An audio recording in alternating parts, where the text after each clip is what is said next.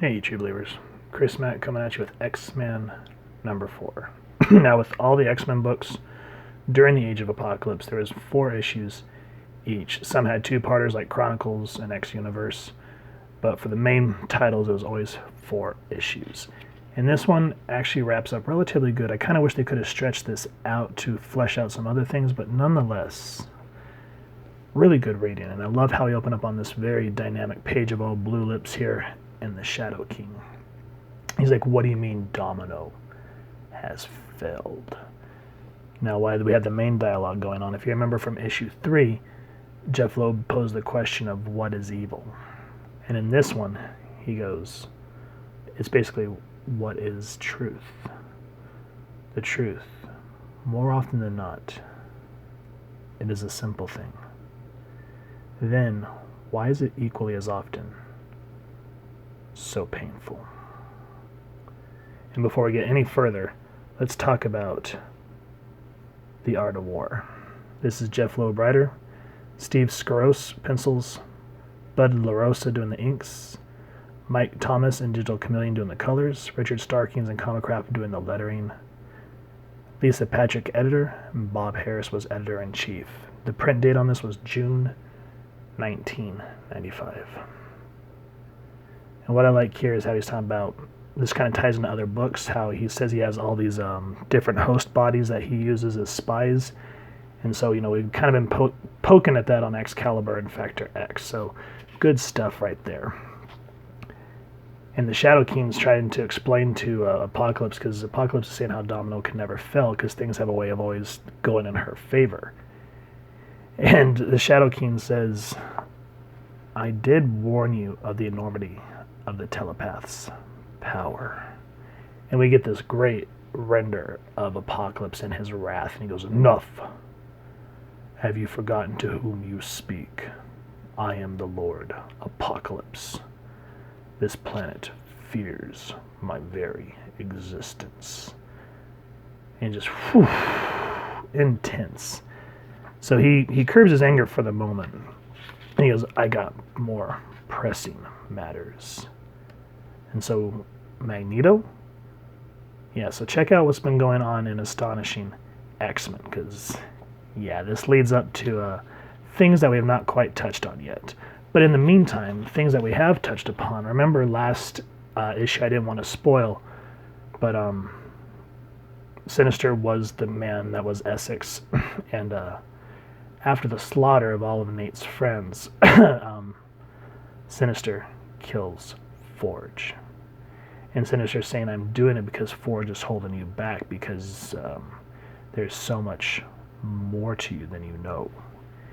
And we go back into the truth, and it goes, it does not matter if you are the tyrant of a world or a young man living in it who searches for answers. The truth can have a terrible price. And I just love how they made it a sideways 90s splash panel there. Very nice. And you can just see the rage in Nate's face. And Nate's like, I don't care what you have to say. I trusted you. I stood up for you. You betrayed me and killed my Forge, which is basically was his father figure. And this looks familiar. Remember in the original, I think it was the X Factor books, where Cyclops shot his optic blast at Sinister, and he kind of did the same thing here. So I kind of like that they kind of did a little nod to that. That's really neat. So anyway, Sinister's like, I know you. Do you want to know all your, the truth about your life? Things that Forge possibly couldn't know? And he's like, you hid yourself from me. I was not able to read your mind. Why would I want to hear more? And Sinister says, well, why not listen and then guess for yourself? So we zip back into the past, and we see Sinister actually working on Nate. And he even says, here he goes, how I labored for centuries, and waited for such a magnificent combination, the prelate Cyclops, with a wondrous telepath named Jean Grey. I waited for the two of them to come together, and finally, with a slight touch of growth of acceleration, the result was more than I could have imagined. And here, we're talking about the antithesis of a truth, because that's a lie. I was taken from the pens, tortured, but I escaped. Really? silly. So we're brought back to the first X-Men issue, if you remember from X-Men number 1. If not, go check out the review or pick up the book. But we see Cyclops saying, "Come with me if you want to live." And he's saying, "I hope you appreciate the irony as I do. Your own father aided in your escape, although he didn't know of your connection." And so you find out that this was a hidden facility that Sinister was keeping from Apocalypse.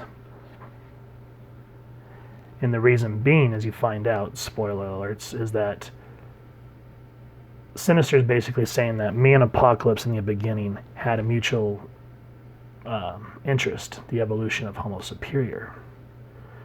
But where I was posed to bring life to the next rung on the genetic ladder, he now embraces only death. Why tell me all this?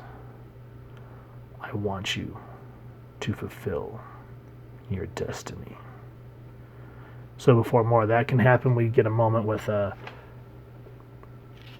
what's her name? Teresa.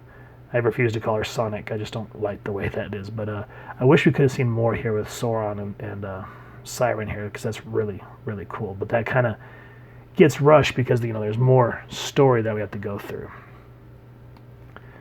But Nate's saying, "I'm not your puppet. I'm nobody's puppet." And Sinister saying, "You may have some freedom with Forge, but I have no intention of allowing you to stray from your original purpose. You are nothing more than a weapon for me to point at Apocalypse." And so some things happen. And I don't want to give away the full thing, but what I really like here, that as Nate flies away, Sinister says, "Curious. Am I actually bleeding?" So if you want to see more about what happens there, and more about this, pick up the book. But ultimately, Forge always said, get a hold of Magneto. And so Nate tries to reach out to Magneto and find out where he is. So you kind of get a teaser of things to come here. And we're going to skip some more pages because I don't want to spoil things, too much things. But this kind of can't really be spoiled because we've already figured out that these are his parents. But just out of sheer, just all of a sudden, here they are, boom. And Cyclops is like, "Who?" And he's like, "Oh my God." Now, why are they together like this? Well, keep up with us on Factor X. And Nate's like, he doesn't understand it, but he knows that this is who was tugging at him, meaning Jean. Maybe it's a fragment of a memory from being inside Sinister's head, or something more primal.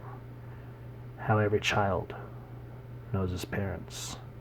Also known as Cyclops and Jean Grey. It would have been funny if they said Cyclops and Phoenix, because that would have been a very cool nod to the adventures of Cyclops and Phoenix, which I will make sure to get those reviews back up at some time in history. But because these two are both powerful telepaths and mother and child, they have a psychic backlash. Cyclops thinks he's hurting him, so he goes, "Stop, you're hurting her," and smacks her. Poor kid. Dad beating the crap out of him. Sad panda. But some things there transpire. And I love this panel here where Nate's crawling this pole to get up to the Apocalypse's citadel, and he goes, "I'm coming for you, Apocalypse." And just the rage and shadowing on his face. Great work on the art team. And this was just a great read about truth. I know I kind of skimmed over a lot of that, but I don't want to spoil it because the last two issues are really emotionally charged and some great artwork and whatnot. So I really want y'all to support your local comic shop and pick up a copy of this series because it is worth it, in my opinion. And this is the first time you actually get to see Nate Gray, this new character. Because when we return to the main universe, he's one of the survivors that makes it to the 616 dimension. And if you guys have enjoyed this review, we definitely would appreciate it if you take a moment to hit like, share, and subscribe. Helps the club channel more than you can possibly know.